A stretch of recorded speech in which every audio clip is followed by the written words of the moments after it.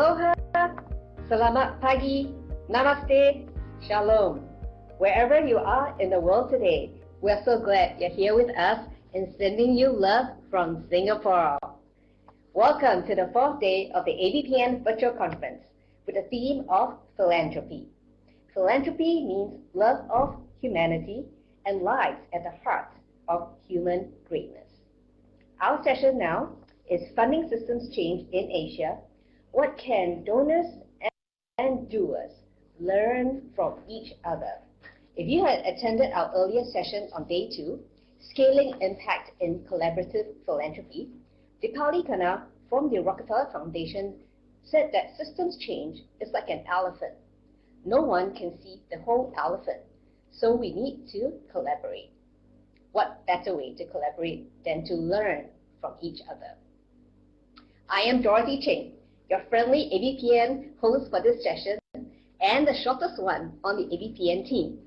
But you know what they say, God only lets things grow until they are perfect. Some of us didn't take as long as others. AVPN is the largest network for philanthropists and social investors in Asia. Our mission is to move capital towards impact to build a better world for you, me, and our future generation. Even as we enter the fourth day of the conference, we continue to share exciting daily highlights live on social media. So don't forget to share your experience with us by using the hashtag AVPN2020. A few housekeeping announcements before we start the program. If you get disconnected or have a bad connection, try logging in and out of the app. Close all other programs running in the background. Please note that this session will be recorded. You will be able to access the recording later on the AVPN conference website. There's a committee chat box in this room. Feel free to introduce yourself and meet other delegates that are here. There will be an audience Q&A towards the end. Do type your questions in the Q&A pod. We also have a resource pod here. Feel free to access the materials that are listed. I will now introduce you to our lovely moderator. Tim Hanksen is the CEO of the Chandler Foundation and a Skoll Social Entrepreneur Awardee. In the name of systems change, Tim once said, "Laws do matter, but if we are to change the world, we have to change the rules." Let's change the world. Over to you, Tim.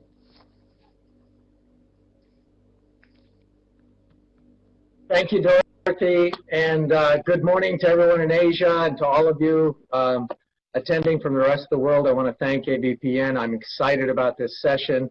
Our goal is to have an honest, unfiltered conversation about funding systems change in Asia.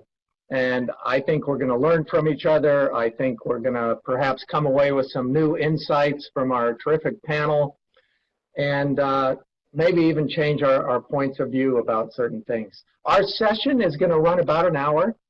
At a high level, it will include some audience polls, so get ready, you're going to be polled. We're going to have 2 rounds of questions that I'll be asking the panelists. We have a terrific panel. I'm going to quickly introduce them. We have Neera Nundy. Neera is based in Mumbai. She is the co-founder and partner at Dasra, which is catalyzing India's strategic philanthropy movement. Neera and Dasra play a crucial role in bringing capacity building, knowledge, and funding and networks to the sector. Neera holds an MBA from Harvard Business School. She is an Indian Leadership Initiative Fellow at the Aspen Institute. And while Neera has lived in Mumbai for 21 years, she is Canadian-born. She co-founded Dasra together with her husband, Daliwal, and they are also very busy raising 3 feminists who also happen all to be teenage boys. So great to have you with us, Neera. Next, I want to move to Iqbal, Daliwal. Iqbal is the Global Executive Director of Jpal, a center that began at MIT and Cambridge and now has offices around the world. Jpal promotes the use of rigorous evidence in social policy. His Jpal colleagues Esther Duflo and Abhijit Banerjee were awarded the 2019 Nobel Prize in Economics. Iqbal's life and career started in India, where he served in India's premier civil service, and I understand he secured first rank among more than 300,000 college graduates in the National Civil Services exam. Very impressive. He has graduate degrees from Delhi School of Economics and Princeton, and although you might never know it from what he does now, Iqbal was once big on horseback riding and show jumping. Next, we have Rukmini Banerjee. Rukmini is the CEO of Pratham, a leading and award-winning educational NGO in India. Rukmini joined Pratham in 1996 after working in philanthropy. She has extensive field experience in program implementation and research. Rukmini initially trained as an economist. She also attended the Delhi School of Economics. Was a Rhodes Scholar at Oxford University and earned her PhD at the University of Chicago. Originally from Bihar, she now makes her home in New Delhi, where she loves telling and writing stories for her children. And last but not least, we have James Chen. James is a Hong Kong-based philanthropist, business leader, and social entrepreneur. He's a chairman of his family's enterprise. He's an early adopter of venture philanthropy with his family's foundation. He's also the founder of Clearly, a global campaign aiming to bring clear vision to 2.5 billion people. Very ambitious goals. James tells me he has the drive and enthusiasm of a 30-year-old, but he is trapped in a 58-year-old body. And I know exactly what that feels like.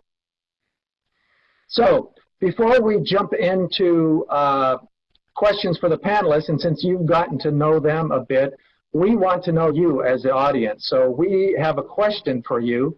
Are you a doer or a donor? So please select whether your current primary day job is primarily in the doer world or primarily in the donor world. And if it's equally in both, you can answer both. So let's see who we have in the audience here. Looks like more doers than donors. Yeah, I'm seeing about 48% doers, 20% donors, and the remainder marking both. Thanks. Well, it's good to get an idea of who's out there in the audience. Well, let's move to the questions. Let's move to the first round of questions, if we can, please. And I'm going to start with Neera. Neera, your work at Dasra is unique and impressive, catalyzing India's strategic philanthropy movement. And I know you do that, as I understand it, around the 3 C's, creating knowledge, providing capacity, and by building collaboration. And with your work with numerous donors in India, I'm sure you find that not all of them have an appetite for funding systems change. Could you tell us, like, what are some of the common causes that funders maybe aren't interested in funding systems change? So thank you, Tim, and thank you, Nana and the team for having all of us. And I'm actually looking forward to hearing from my co-panelists as well. But yes, I mean, great question. I think what's exciting is that there seems to be more and more momentum around systems change. Maybe not a whole lot of understanding around it, but at least there's more enthusiasm to want to participate, I think, both on the donor and the doer. I might need to just caveat that, as you explained what Dasra does, we kind of sit in the middle. So we find ourselves being a bridge between where the funding is and where sort of the impact's ultimately landing. I think one of our biggest challenges to pursue systems change, and I think what I'll say is probably quite obvious, is complexity. And Tim, I was just reading Chandler's report there. Something said embracing complexity. And I think that's one of our challenges, is that because of the complexity to have systems change deliver on impact, we often, as both doers and donors, shy away from that complexity. So I think it's because you need a number of different pieces that are coming in to support the system, and then as the system sort of chugs along, it starts to hopefully spit out impact. I think sometimes it looks like it's a big black box, and so when I'm putting into the box or taking out from the box, I think the complexity inside there needs to be deconstructed, therefore simplified. So it's not complicated, it's complex, right? So the more we push to simplify, I feel that that will engage donors.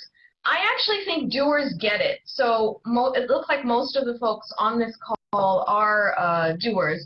So I think that part of our second challenge, so complexity. Second one is attribution. So donors want to take credit for things, or maybe they have to report to some level of accountability, but it's very difficult for that linear kind of association. So direct attribution becomes difficult or frankly very expensive, right, to be doing. And then you have to let go a bit of that control. And I'm sure Iqbal will talk about this a bit. And so I have complexity, attribution, and the last thing really being measurability, which is a little bit around the attribution piece, is that you want to be able to measure quickly to be able to justify all the work that you're doing on the doer side or the money that you're giving. And there's a time lag in that. And some of the indicators are not always proximate to how you might ultimately design. And so there's a lot of unintended consequences of systems change that I think it's still in its nascency. So although as a field, I believe it's quite advanced and sophisticated and a lot of people study it, I think its application is really the journey we're on.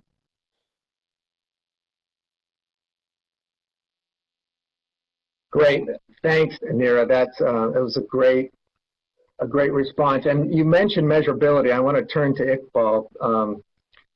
Iqbal Jpal does such great work, but maybe if you could start just by telling us a little bit about that work, and then address maybe the measurability point that Neera raised, and how do you think about measurability as at least a potential barrier to thinking about systems change? Great.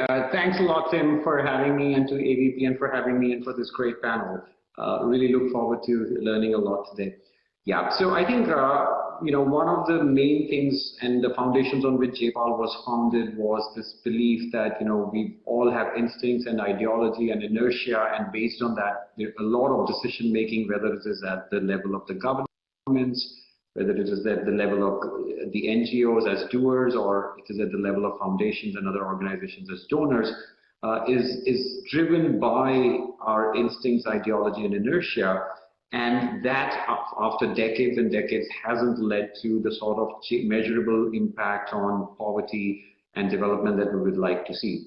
And so what, our basic premise is to base decision making on evidence and data. And the way we like to do that is to go into the field, work with implementation partners and doers like Rukmini Banerjee and Pratham, one of the first organizations that Jpal worked with. Work with them to first and foremost measure what the problem is. I think oftentimes we jump into trying to measure what the impact of our innovations are, but sometimes it's very important to measure, are we actually understanding the context well? Are we understanding the extent of the problem? And then that also helps you understand what the drivers of this problem are. Once you have a handle on that, you can either map it to what you know is existing evidence, which is something like we love to do rather than jumping into a new innovation, or work to innovate in tandem with the partner. So again, sticking to the example of Pratham, Pratham has been at the forefront of trying to measure the impact, measure the extent of the problem through USR and other surveys. Jpal was able to come work with them to evaluate some of the innovative design things that they were thinking about, which is basically redoing the classroom according to the ability of the students, and then measure that in a way that not only gives confidence to Pratham as an organization, but also gives confidence to the donor side that when the results of these studies are coming out based on randomized evaluations, which is what we do, donors can have the confidence that now doers like Rukmini are basing this based on hard evidence done by an independent organization rather than their instincts, ideology, or inertia. And so I think we see this as the second most important level, like the second stage after understanding the context. And the final thing I would say on measurability is that as you scale up program for system level change, as you go from innovation to scale, and that scale could be either with the existing organization like Pratham or taking it to a different region for system level change, you want to use data and to measure the monitoring systems which are in place to make sure that you are actually delivering on it.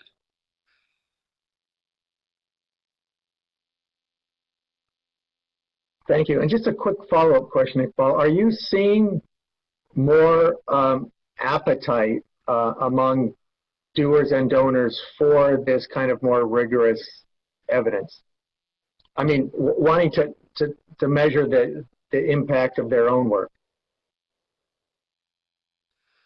Absolutely. I think starting with about and I would say it's been the trend for almost about 10 years now. I think a lot of the new philanthropy which emerged from the West Coast of the US, a lot of philanthropy which emerged from organizations like DFID and other multilateral organizations, it really was premised on the fact that we are going to use science and to measure it using that science.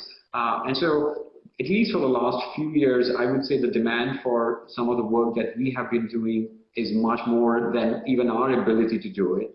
And that's why you see a proliferation of many other organizations in what we call the evidence to policy space. I think some of the work, for instance, that the Chandler Foundation has done in partnership with Co-Impact is a reflection of that evidence-informed policy making. And yes, absolutely, it's a great trend, and we are very confident about it. I think, Tim, one thing I will say is that the application to different sector varies across things. So I think, for instance, in education, in agriculture, in health, you see much more of it. I think there are a few areas, for instance, the one that I would say is the most pressing is climate change. Even though in climate change is one area where I sometimes feel that so much of the conversation is based on evidence and on science, and yet people have formulated opinions, either climate change is a hoax or climate change is real, and therefore sometimes I feel that people feel both sides feel that we don't need any more evidence. And I think that's the area where I really hope to answer your question, that there can be more demand for evidence so that both sides can kind of challenge themselves and put their money onto things that really work. Great. Thank you. Moving to James. James, you're a great example of a philanthropist who's having a catalytic effect by investing in what is described as the world's largest unmet disability, poor vision. Tell us a bit about that work and whether you see clearly as having a systems change impact. If so, how and what are maybe the keys to that success? Thanks, Tim.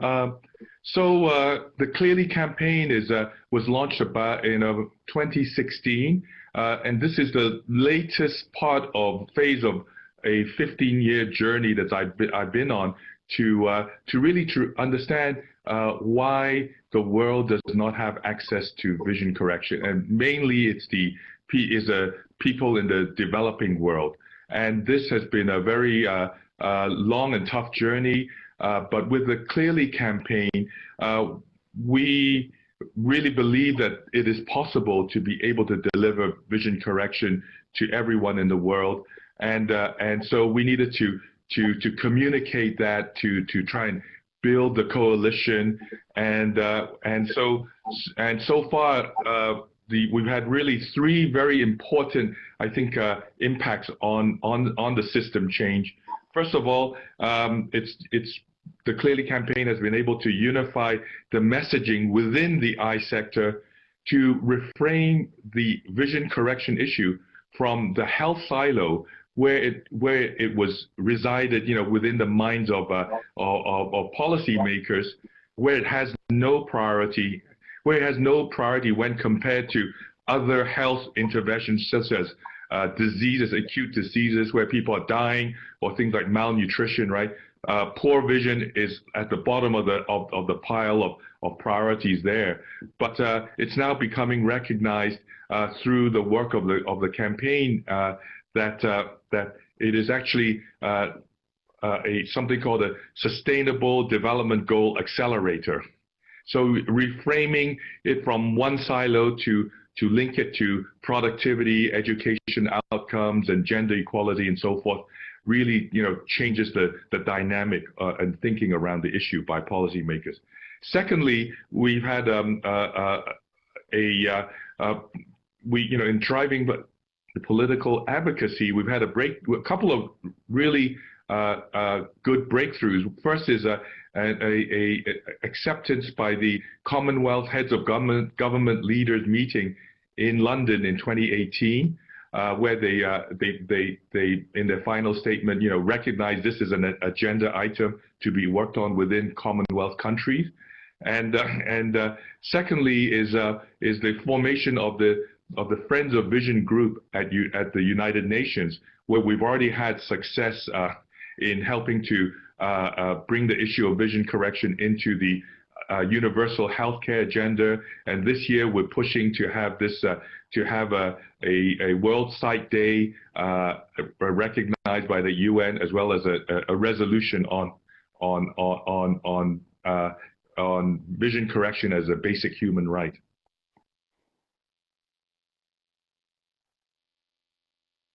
That's so great. Thanks, James. Moving to Rukmini, I imagine that most of our audience is aware of Pratham's great work in ensuring all children in India have access to basic education. But do you think of Pratham's work as systems changing work? And if so, what is the system you're changing, and how are you changing it? Tim, one of the good things about coming last on a panel is that almost anything that needs to be said has been said already. And so I'm going to just move ahead and tell you a little story. I actually don't like the word systems change, because I think the word systems and I think the word change means many different things to many different people. It's a bit like Hinduism. We have millions of gods and we can worship at that and still be called a good worshipper. So I was in the office of a friend who headed one of the biggest departments in a big state called rural development, right? And we were talking, and he said to me, Rukmini, you're very lucky because you have found your tiger. And I asked him to explain, and this was the time in India when there was this big wild life conservation campaign going on. And you would see on the TV and everywhere how many tigers were still alive. And if the number of tigers went up, then it meant that something right was happening in the whole conservation area. And so his point was that by focusing on whether every child in India can read or do simple arithmetic, I had my tiger.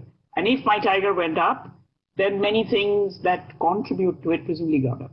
And I like that because it makes, like Iqbal said and like Neera said, I think it makes the problem that you're trying to tackle very visible and tangible. And it's important to have the problem be visible and tackleable by everyone, not just by policymakers or by certain planners. But if I really want every child in India to be reading, every parent has to be aware of where my child is at and what I need to do. And so going to Neera's point about complexity and complications, I think there's a big need to bring out ways in which these things can be communicated. That is not to say that the process of change can be just a simple a linear pathway. But get the idea in many, many million people's heads that this is a problem and that we all need to contribute. So to me, the system, or whatever systems, and even the S at the end of systems is, I think, an important letter, because if there are many, many interlocking pieces, and different people may bring them together in different ways. But if your tiger does not change, then all of that is not useful.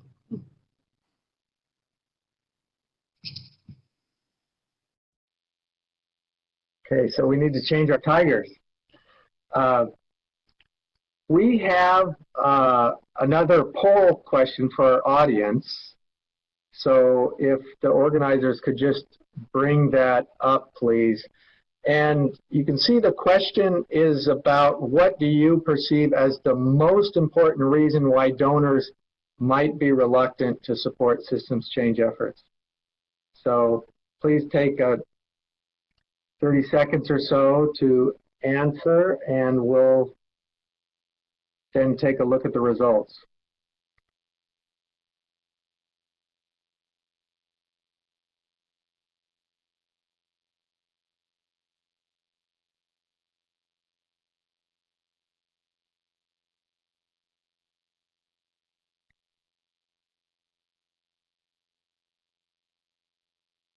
Okay, can we close the polling? It looks as if the top answer by far was difficulty in attribution of outcomes.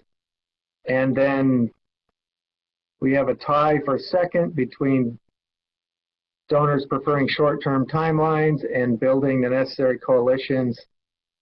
Partnerships is overly challenging, and then only about 7% thought that too few investment-ready systems change efforts are readily available. I want to go back to our panelists. Neera, back to you. First of all, looking at these poll results, anything surprise you? Any observations? Yeah, I mean, even though I'm the one who I'm also convinced that it's the attribution potentially that's a challenge. I think there's something underlying the attribution which has a bit to do with control and power and wanting to feel directly connected with what you're funding.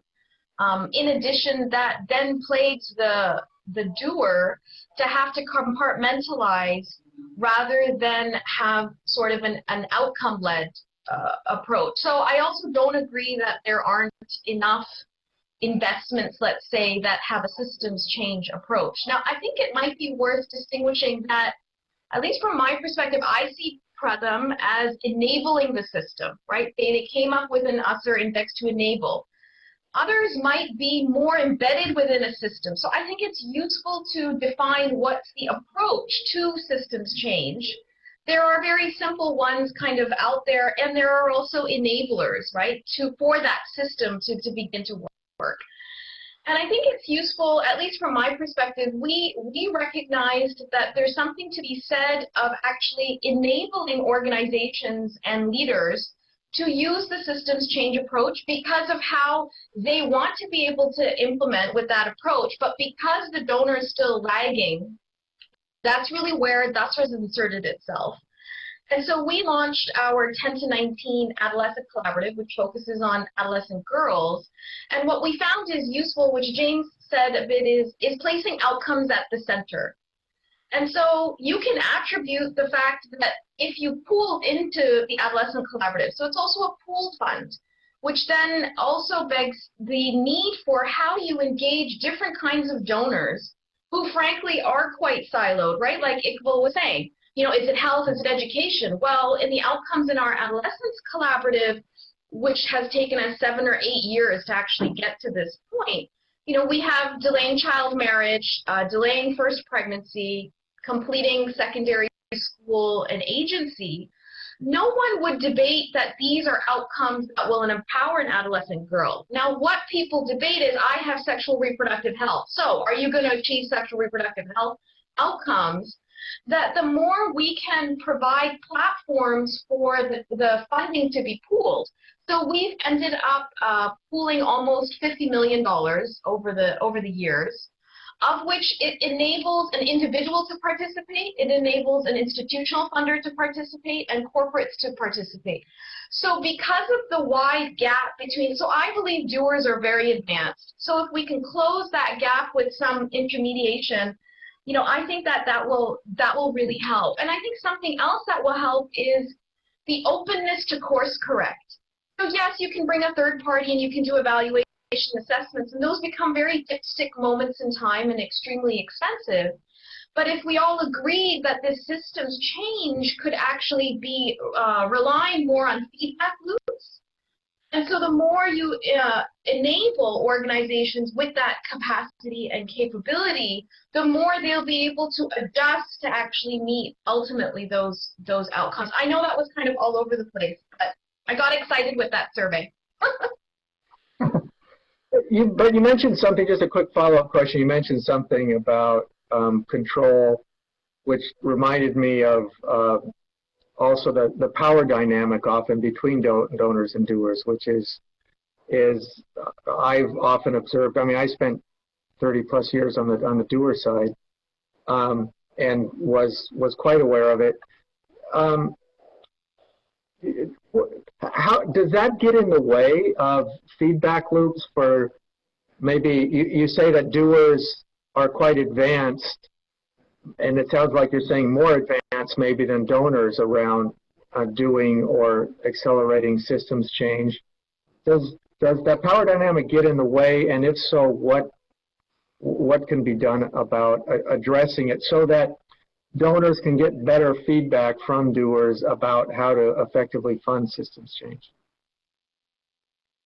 So I think I should be careful in case I am quoted, that it's a massive generalization, right, to say that all doers are one way and obviously all funders are another. But if I were to break down, let's say, the donor side, they're extremely sophisticated funders. So I would say Gates is a sophisticated funder, Packard, sophisticated funder, Ford Foundation, and so there's institutional money, highly siloed, but very sophisticated. I think they get it.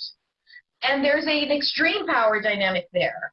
But that kind of changes when you start to move to, let's say, family. So we work a lot with individual philanthropists and how they give and how they approach their giving. And there's something to be said about the power dynamic of a program officer and someone who represents money and the actual principal. So the actual philanthropist who created money from wealth, these two actually engage in a funny enough opposite power dynamic. So I think that's really where the challenge becomes, is that if I'm a program officer at a foundation, I'm like, I've been doing sexual reproductive health forever, I'm an expert. But that power dynamic then plays into the leader of the doer who's saying, you know, give me a chance, let me try. Frankly, I believe a lot of the leaders who are implementing and executing are the real experts in this. And so I think being more clear about where you need accountability on the underside to be able to drive the agendas, right? Because the program officer has a whole lot of bureaucracy sitting on top of them, that what leaders of systems change need to do is just carve out pieces for as long as our funders aren't going to figure out how to do it. Figure out what's going to enable them to go and move a systems change agenda requires us also on the doer leader side of implementation to reimagine what that could compartmentalize and downplay slightly the activism that I'm expressing. Great. Well, thank you. Thank you for venturing into that. And I didn't mean to say that you had generalized earlier by saying that all doers were ahead of donors. So I just Iqbal, moving to you. Well, first, any comments, observations on the poll? Yeah, sure.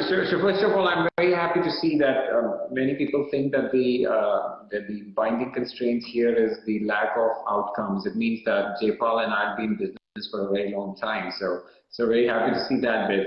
I think my sense is that there is no wrong answer in that poll that you just did. Every single one of the points that you put in that poll, Tim, is kind of a key factor. This is what I often call the what, where, who, when, and how kind of problem of system level change. I think, it is, and to that extent, it is a little bit like climate change. And, to Nita's point earlier, if you see the whole thing as, I want to change the system, the more you dive deeper into it, you get intimidated by the extent of the problem and what you need to do. And what you need to actually do is to break it down into what I call these 5 points. The first one is what to do. And I think that comes down to the point about measuring impact. I want to do something in education. What are the most cost-effective and importantly also cost-effective ways to improve learning outcomes? And I think there, so many people have invested money in getting people computers and digital devices and Wi-Fi connections, when essentially, our work, for instance, with Pratham, of Jpal and Pratham, is showing that kids are not learning because you're teaching them way beyond their ability. So I think that's the what part, and breaking it down is important. The second part is, where do you want to do it? Like, what makes a particular country, a particular government, or a particular, let's just say, what context makes it more amenable to system level change versus the other? Perhaps the place where you most want to, for instance, do system level change is South Sudan. But maybe South Sudan is not the place where you can actually deliver on system level change. In fact, you might need to go to a country like India or a country like Zambia to do system level change. And that kind of people often find it very hard to grapple with the fact and say, but I want to go to the poorest of the country. So then that brings to the third question, who do you want to do the system level change with? And I think this is where I actually find that a lot of donors have this resistance to work with governments, and there is a sense, oftentimes, especially when I go to places like the Silicon Valley, people are like, used to the Airbnbs and the Ubers of the world, which cut down the government, and they're like, so why do I need the government? But I think if you want system level change, even if you want it with a fantastic large NGO, those NGOs have to partner with the governments to create enduring change, and I think that becomes a third hurdle. The fourth is when to do it. I think the donors and all of us have to realize that the when is actually not in our hands.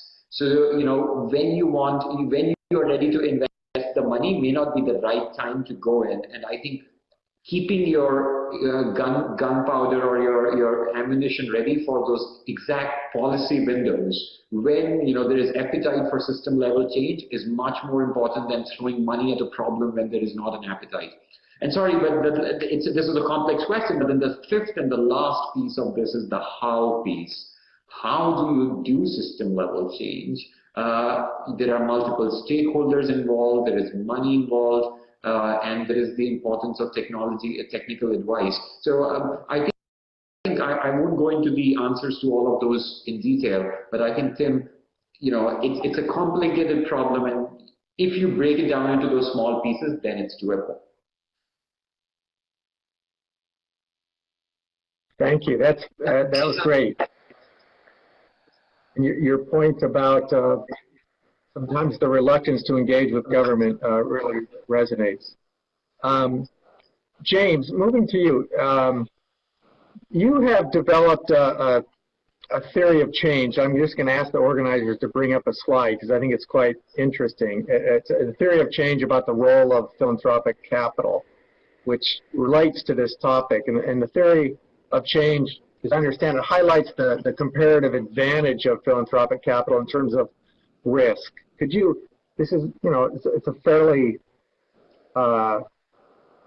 maybe fairly complex, but could you break this down for us in terms of explaining the theory of change and distill, what are the important lessons for donors here from this theory? Okay. Thank you. First of all, just to respond, on the last poll, right? What it strikes me is that all of those are kind of outcomes or effects of the key issue that people don't seem to really grasp onto, particularly on the donor side, which is risk-taking, right? Risk-taking appetite. And I think that, all the discussion that everyone's had so far, if you pull it all back, it boils down to, are donors willing to be risk takers? Take more risk in your philanthropy, right? Most high net worth made their money being risk takers in business, but somehow when it comes to their philanthropy, they become extremely risk averse. They become like governments and institutions.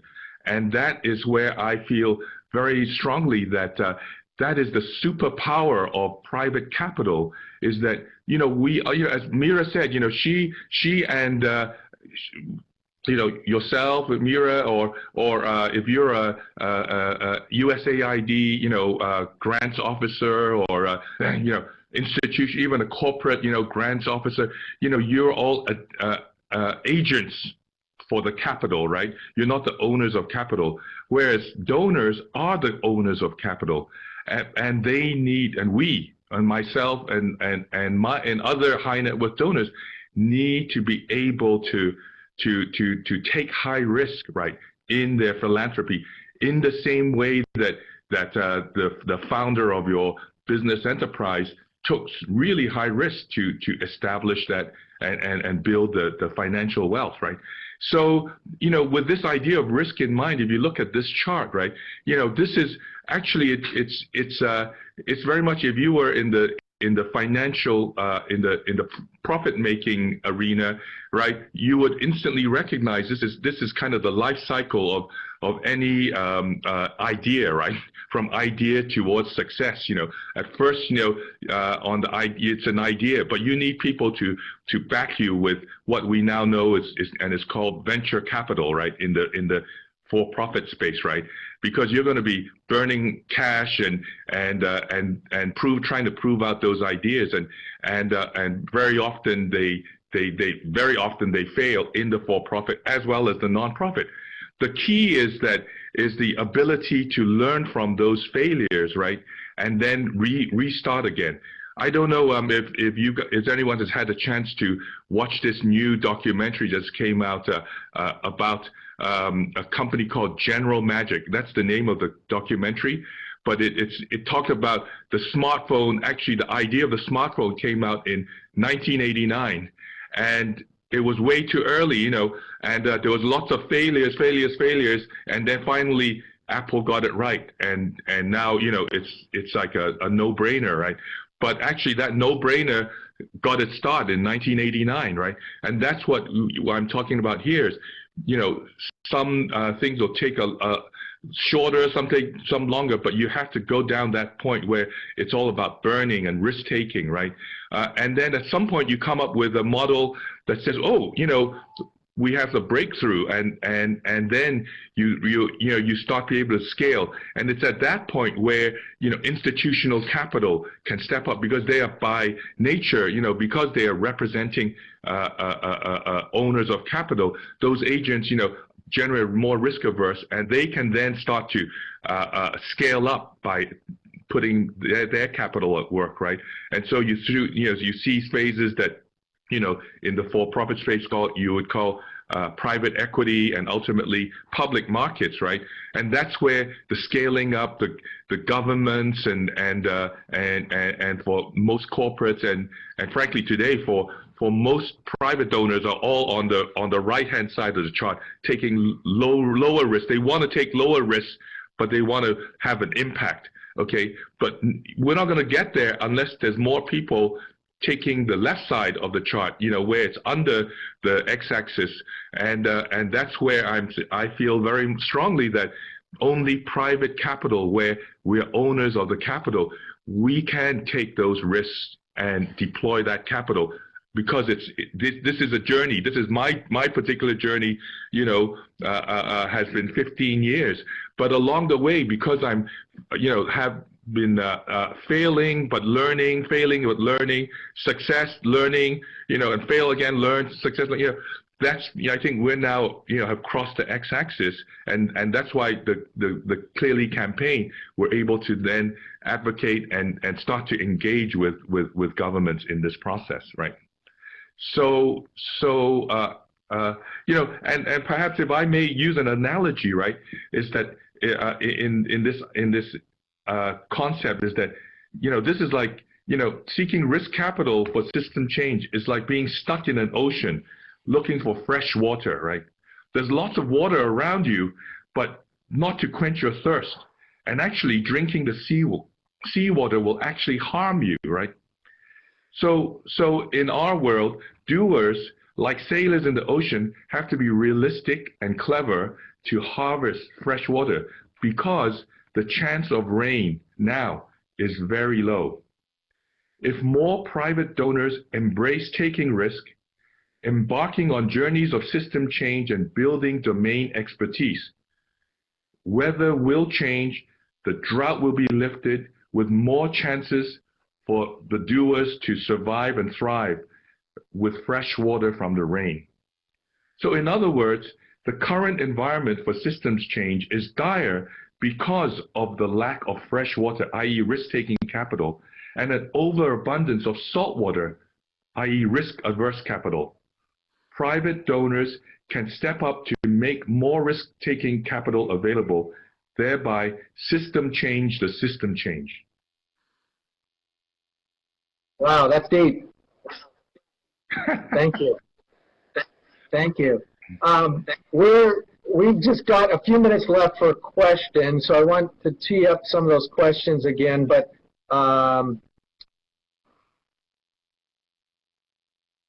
where are we? Let's see here.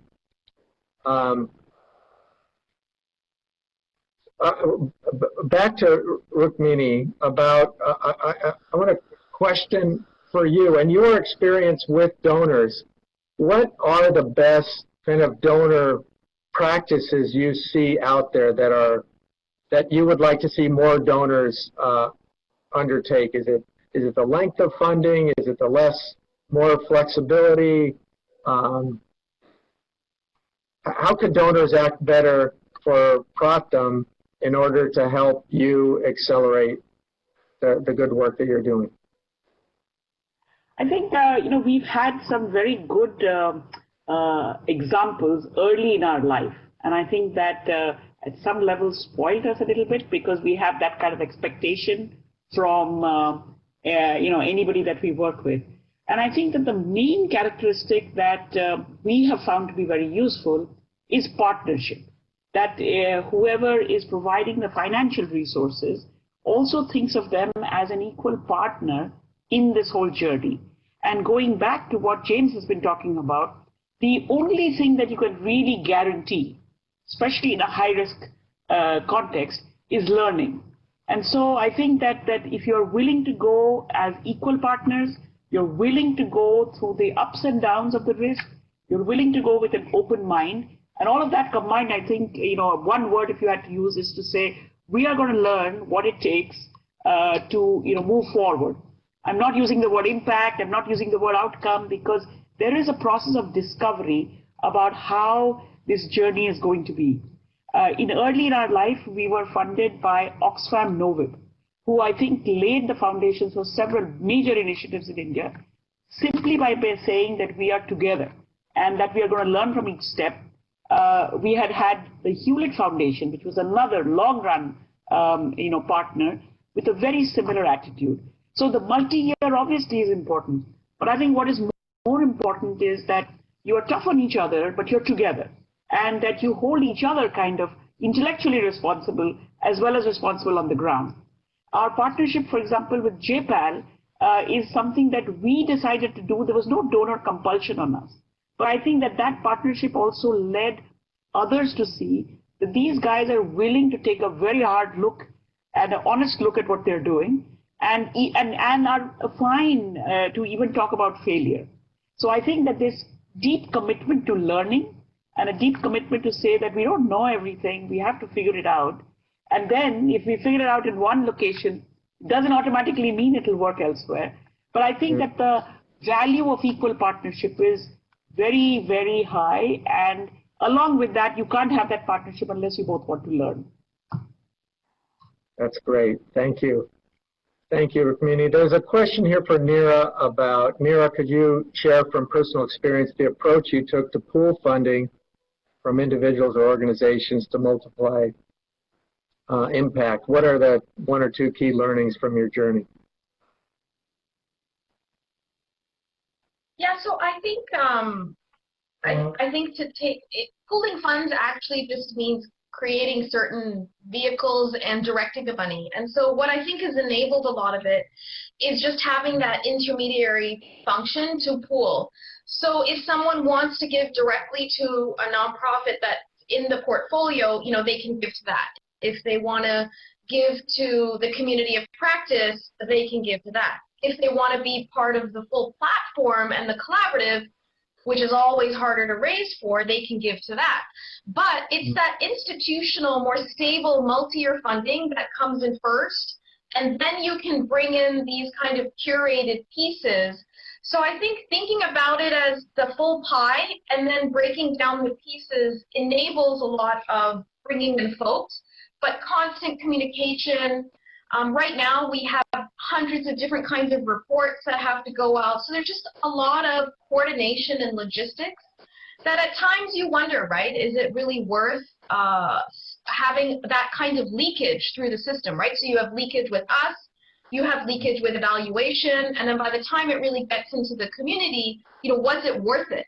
So I think you have to be able to grow that pie. If that pie wasn't going to be bigger, then you're not worth kind of sitting in the middle of it and taking away. But I know we're, in the interest of time, I did want to end with one thing, Tim, that for systems change to be successful, we have to bring the community back to the center of this. And everything we've gone through COVID only exacerbates that, yes, the government is important, but at some point, systems change or any change ultimately has to have the ownership of the community. And what worries me is we veered so much in our sector to align with the government, work with the government, that when the government system breaks down, you've really got the community who's needing to take ownership, obviously for themselves, but also for others. And so how do you link that philanthropy to build that community ownership? I do feel systems change needs to take a bit more of a pivot, and we've aligned ourselves far too much with engaging with the government solely. Okay, that's so we've got a lot of great questions. I have to apologize for that we're not going to have enough time to get to them, but I want to give Iqbal, there was a question there, if you saw it, about climate change. I saw it a minute ago. I'm having a little bit of difficulty navigating this. I see it. I think, Tim, it says climate change system is not attracting donors despite clear measures, perhaps since the system is boundaryless. Our government system measurement is the challenge. Do you agree? If not, why? Is that the one? Yeah. Could you give just a 60-second answer to that? I know it deserves much more, but. Yeah, absolutely. And you know, like I just want to build up on what Neera said to answer this question. I think you know, the other lesson I think from the COVID crisis that I want people to take, even though you know it seems like endless and it seems like you know the entire world's resources have been pointed to COVID, is that I think we must realize that the COVID crisis has a scientific end to it. And the scientific end comes as soon as the vaccine is developed, and you know there is a deadline and an end line to this crisis. On the other hand, the crisis of poverty and climate change are the real challenges that we have been grappling with, you know, in terms of poverty for decades and decades, and in terms of climate change for the last decade. And I think those are the generational fights that we have to fight. So I hope that, you know, we don't allocate way too many resources, because I think what we have learned is that nature has a way of getting back at us. And once you hit a tipping point, whether it is, you know, community infections in the case of COVID, or it is a particular temperature level in the case of climate, or a particular percentage of people below poverty, you know, things are much harder to turn back. And so I think donors and doers have to realize that those are the existential challenges. Those have not changed because of COVID, on to Neera's points, and we have to be prepared to fight them with system level change. Great, thank you. Okay, we only have about 4 minutes left, and I wanted to give each of the panelists about 90 seconds to answer a question. So the first for James and then Neera, the same question. If you offer one piece of advice to doers who support systems change on how best to approach donors or attract the needed funding support, what would it be?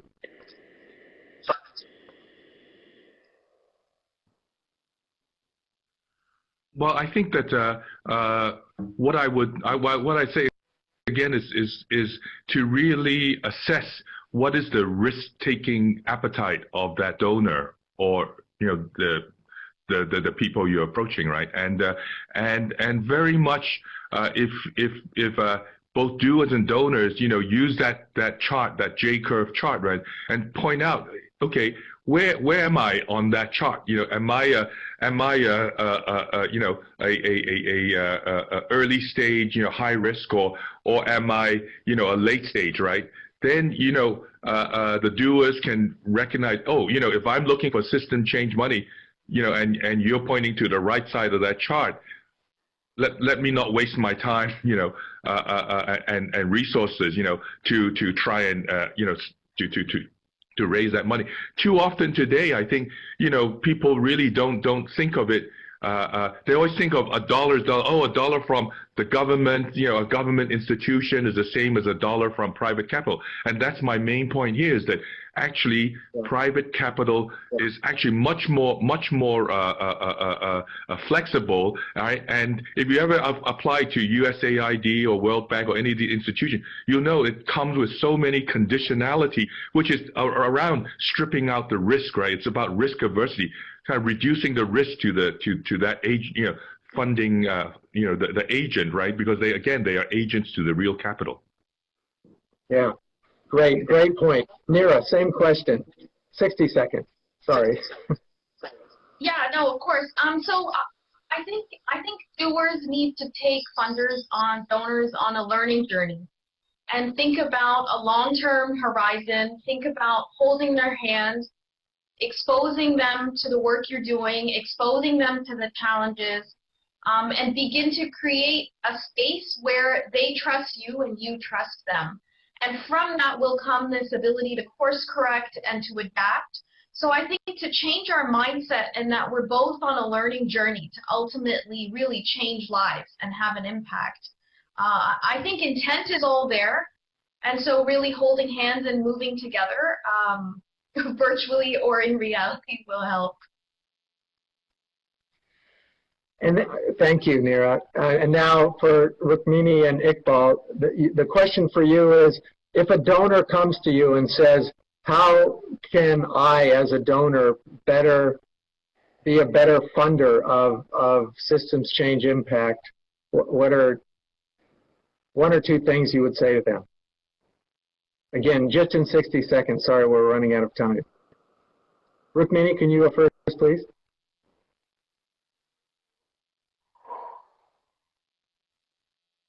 So I would say there are systems at many levels.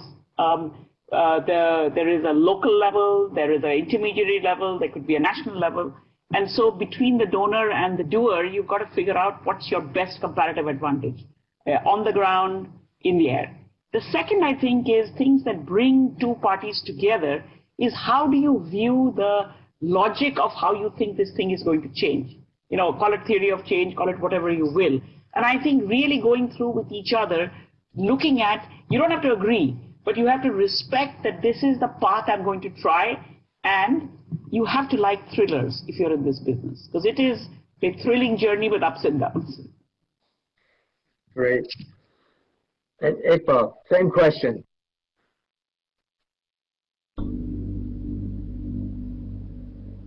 Just when they are needed. Sorry, I didn't hear the first part of that. I don't know if the audience did. Oh, sorry, Tim. Can you hear me now? Yes. Okay, great. I said that I would just tell donors that it's less about the amount of money and it is more about how you spend that money. And I think being, trusting, building long-term partnerships and then being nimble and flexible with those partners on how they spend the money to effect system-level change is extremely important, because those 5 points that I raised just tells you how complex system-level change is. And so allowing the doers to be flexible and to have the available resources to pivot as and when the change happens, because change is not going to, system-level change does not happen in a linear fashion, is the most important thing. Thank you. Great. Well, there was some great words of wisdom from this terrific panel. It doesn't surprise me. So thank you all. And I'd like to thank the audience too for joining us today. We'll be sending out a thank you, which will include a link to our session so you can listen to the recording. And yeah, we're out of time. So let me just wrap up and say that I'm grateful to you, the panelists, grateful to you, the audience, for joining us, grateful to AVPN for hosting this virtual conference, which I think so far, at least from where I can see, has been very successful. So thank you, AVPN. Bye, everyone. Stay safe. Make it a good day. Bye-bye.